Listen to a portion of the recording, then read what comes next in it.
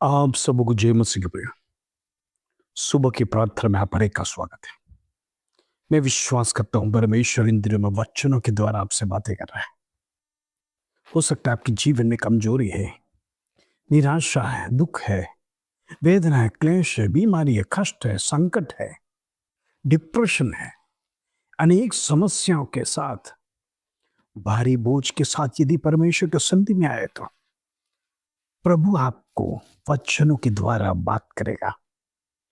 प्रभु आपको वचनों के द्वारा हिम्मत देगा। परमेश्वर आपको दिन प्रतिदिन आलोचना देगा ताकि आपके जीवन से वो बोझ प्रभु हटाना चाहता है। प्रभु नहीं चाहता है मेरा बेटा और बेटी भारी बोझ के साथ इस संसार में जीवन को बिताए। हालेलुया।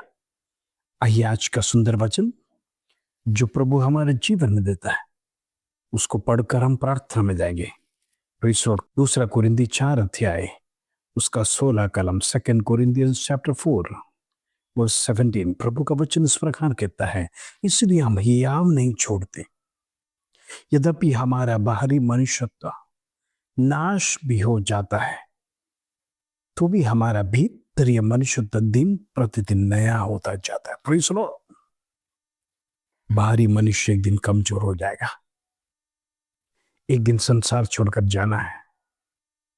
जैसे जैसे उम्र बीतता है हमारा बाहरी मनुष्य कमजोर हो जाएगा, लेकिन भीतर मनुष्य वो दिन प्रतिदिन नया होते जाना है। हालेलुया। एक बार की बात है, एक थॉमस नाम का एक बूढ़ा व्यक्ति था।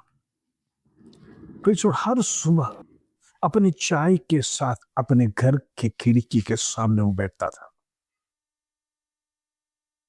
उसका चेहरा बड़ा खुशी से भर जाता जब सूरज उगता और सूरज की रोशनी जब उसकी खिड़की पर उसके चेहरे पे गिरता, बड़े मुस्कान से वो सीन को अनुभव करता है, वो प्रेजेंस को फील करता है।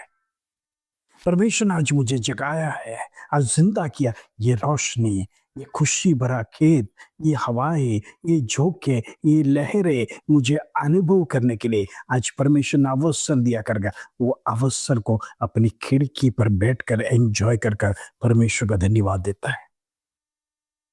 इस बूढ़े का हाथ कांपता था, उसका कमर में बहुत पेन था। वो चलने के समय पर वो पैर भी अच्छी तरह से रख नहीं पाता था क्योंकि वो बूढ़ा हो गया था। जब भी वो अपने आईने में देखता है, आईना उसे यही याद कराता है, तुम्हारा शरीर बहुत कमजोर हो गया है। सालें बढ़ते हैं, हर साल जैसा बढ़ते जा रहा है तुम्हारा कमजोरी, तुम्हारा शरीर, तुम्हारी ताकत, सब कुछ कमजोर होता है कर जब जब वो आईना देखता है, आईना उससे ये बात करता है, तुम अभी कमजोर हो चुका है, तुम्हारी जवानी खत्म हो गया है, तुम्हारा ताकत खत्म हो गया है, तुम अभी एकदम बूढ़े लगते हैं करके वो आईना जो है उसे याद दिलाता है। एक बार अचानक एक बालक उस थॉमस के घर पर आकर कहा, क्या तुम्हें डर नहीं लगता है? तुम उम्र होते जा रहे हैं, तुम थके लगते हैं, तुम कमजोर है। इस घर में अकेला रहने के समय पर कोई तुम्हारा मददगार नहीं है। प्रिंसुर, क्या तुम्हें डर नहीं लगता तुम्हारी बुढ़ापा के लिए?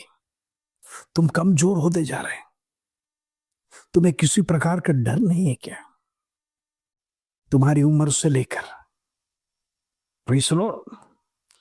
थॉमस ने बड़े मुस्कान के साथ बाइबल खोला, दूसरा कुरिन्दी 4 अध्याय का 16 वचन उसे पढ़कर सुना है।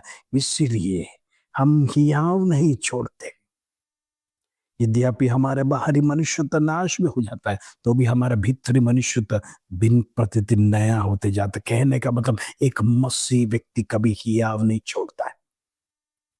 वो बूढ़ा थॉमस उस बच्चे से कहता है, चाहे मनुष्य कितना भी बूढ़ा हो जाए, एक मसीह कितना भी बूढ़ा हो जाए, वो प्रार्थना करना कभी भूलता नहीं, वो वचन पढ़ना भूलता नहीं। वही तो उसकी खासियत है, वो हियाव कभी छोड़ता नहीं, क्योंकि मरते दम तक उसके अंदर एक विश्वास होता है, मेरा शरीर नाश हो जाएगा, मिट्टी में मिल जाएगा, लेकिन मेरी आत्मा जिस स्थान के लिए तड़प रहा है, जिस स्थान परमेश्वर ने मेरे लिए तैयार किया है, उस आत्मा को रखने के लिए परमेश्वर वो स्थान तैयार किया है, उधर जाने के लिए। कहने का मतलब एक नया जन्म मुझे मिलने जा रहा है, प्रेज़ द लॉर्ड। इसलिए मुझे किसी बात का डर नहीं है।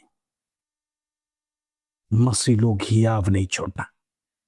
शरीर भले कमजोर हो जाएगा, उम्र हो जाएगा, लेकिन एक मसीह, परिशुद्ध वचन कहता है, भीतरी मनुष्य प्रतिदिन नया होते जाना है। कहने का मतलब एक मनुष्य का दो रूप है, बाहरी मनुष्य और अंदर का मनुष्य। बाहरी मनुष्य क्षय हो जाएगा, उम्र बीतते जाएगा, कमजोर होते जाएगा, आपकी कमर की हड्डियां बेंड हो जाएगा, आप चल नहीं पाएंगे, घुटनों में दर्द होगा, परिशुद्ध कमर में दर्द होगा, आप कोई भी भारी वजन को उठा नहीं सकते, आपको चलने में शायद लकड़ी की जरूरत पड़ेगा। लेकिन परिशुद्ध वो बूढ़ा व्यक्ति थॉमस कहता है, एक मसीह कभी भी परिशुद्ध अंदर से कमजोर नहीं होता है, क्योंकि वो दिन प्रतिदिन प्रार्थना करता है, दिन प्रतिदिन वचन पढ़ता है, परिशुद्ध परमेश्वर का प्रेजेंस में बैठता है, इसलिए परमेश्वर उसे रोज नया ताजगी के साथ पढ़ता है। हालेलुया।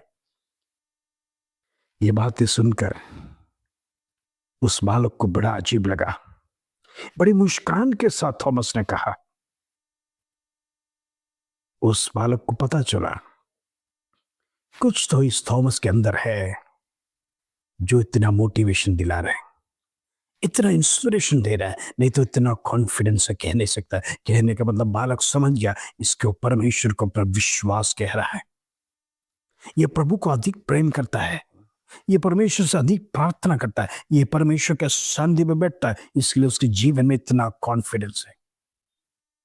हर सुबह की रोशनी, वो सूरज का किरण प्रेषण जब खिड़की के अंदर से प्रवेश करता है, थॉमस उसे एंजॉय करता है, ये परमेश्वर का प्रेजेंस है। प्रेषण वो खेतों में हरी भरी वो हरी लहरें देखता है, प्रेषण वो हवाएं जब उसको फील कराता है तो याद करता है परमेश्वर का प्रेजेंस मेरे पास है।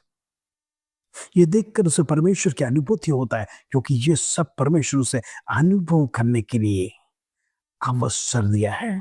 आज दुनिया में कितने लोग हैं अनेक बातों को अनुभव जीवन में कर नहीं पाते। प्रेषण लोग घर बनाते हैं, घर बनने के बाद बड़ी बोझ और इच्छा के साथ उस घर में रहने की इच्छा करते हैं, उससे पहले दुनिया छोड़कर चला जाता है। मेहनत की कमाई से घर बनाया, उससे पहले रेंट के मकान में रहते थे, घर बनाने के बाद एक दिन भी उस भवन में रहने के लिए उनको अवसर नहीं मिला, वो दुनिया छोड़ कर गए। ऐसे अनेक लोग हैं। परमेश्वर का सानिध्य उनके जीवन में ही था।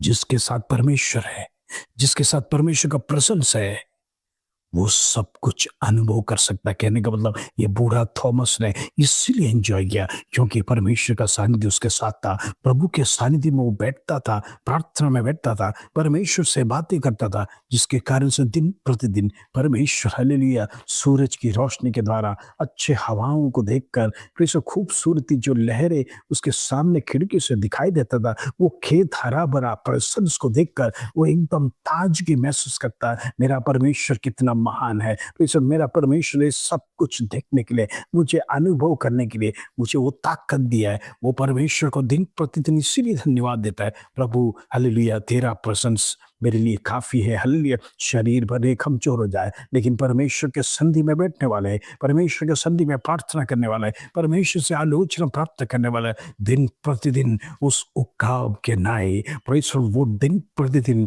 अंदर ही अंदर स्ट्रांग होते जाते। जीवन में परमेश्वर शरीर कमजोर हो जाएगा, परमेश्वर ताकतें घट जाएगी, बल कमजोर हो जाएगा, लेकिन प्रार्थना करने वाला व्यक्ति, परमेश्वर का वचन पढ़ने वाला व्यक्ति, परमेश्वर से आलोचना प्राप्त करने वाला व्यक्ति, वो हालेलुया, उसकी आत्मा दिन प्रतिदिन ताजगी में भरेगा, नया जीवन परमेश्वर को देगा, नई ताजगी के साथ परमेश्वर से भरेगा। हालेलुया। इन दिनों में थॉमस का जवाब हमारे जीवन में होने पाए। एक मसीह प्रेषण अंदर से कभी कमजोर नहीं होता है, बाहर से भले वो कमजोर हो जाएगा, बूढ़ा हो जाएगा, लेकिन मसीह कभी प्रार्थना करना छोड़ता नहीं। वचन कहता है मसीह लोग हियाव छोड़ना नहीं, प्रेषो हियाव कभी छोड़ना नहीं, फेथ कभी छोड़ना नहीं। हम मसीह है, हमारा मसीहत्व को कभी हम भूलना नहीं। हम परमेश्वर प्रभु यीशु मसीह का कदम पर चलने के लिए निर्णय लिया तो अंतिम श्वास तक परमेश्वर के लिए हालेलुया, वो हालेलुया विश्वास योग्य खड़ा रहना। याद रखना जीवन का मुकुट आपको मिलने जा रहा है। यदि आप विश्वास योग्य नहीं रहेगा इस संसार की यात्रा में, इस दुनिया की यात्रा में, यदि आप परमेश्वर को ठुकरा देंगे तो वो जीवन का मुकुट नहीं मिलेगा। प्रभु यीशु मसीह भी पिता के सामने आपको ठुकरा देगा। कहने का मतलब प्रिसो, जो परमेश्वर को स्वीकार करता है और विश्वास में खड़ा रहता है, अंत तक परमेश्वर के सानिध्य में, प्रिसो सन्निधि में भरोसा के साथ खड़े रहने वालों के लिए परमेश्वर मुकुट रखा है। वो जीवन का मुकुट प्राप्त करने के लिए इन दिनों में तैयारी के साथ बैठिए।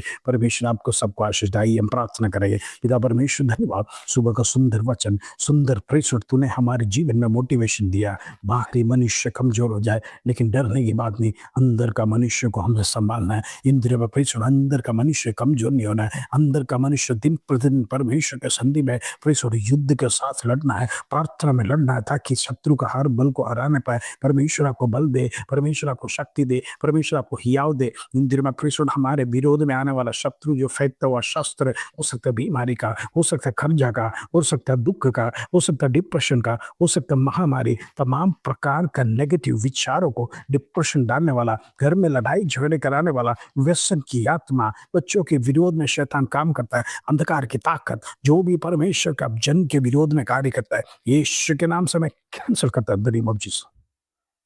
परमेश्वर दुष्ट की शक्ति खत्म होने पाए, अंधकार की ताकत टूटे, दुष्ट का बंधन टूटे। इंद्र में परमेश्वर की आत्मा हर एक से बातें करने पाए, हर एक का जीवन में बदलाव लाने पाए। इंद्र में प्रार्थना में शक्ति है, आराधना में शक्ति है, बंदरों को परमेश्वर तोड़ता है। इंद्र में हर एक का जीवन में छुटकारा होने पाए। उनका बाहरी मनुष्य को परिसर छोड़कर अंदर ही मनुष्य को स्ट्रॉन्ग कर दे। इंद्र में परमेश्वर में विश्वास बढ़ा दे, परमेश्वर में ताकत मजबूती से बढ़ा दे। इस धन्यवाद प्रार्थना सुना, विनंती सुने। इस धन्यवाद आदर महिमा और जलाल तुझे देते हैं। छोटी सी प्रार्थना प्रभु यीशु मसीह के नाम से मांगते हैं, सुनो और ध्यान कर पिता। आमीन आमीन। प्रभु आप सबको आशीष है। जय मसीह की प्रिय।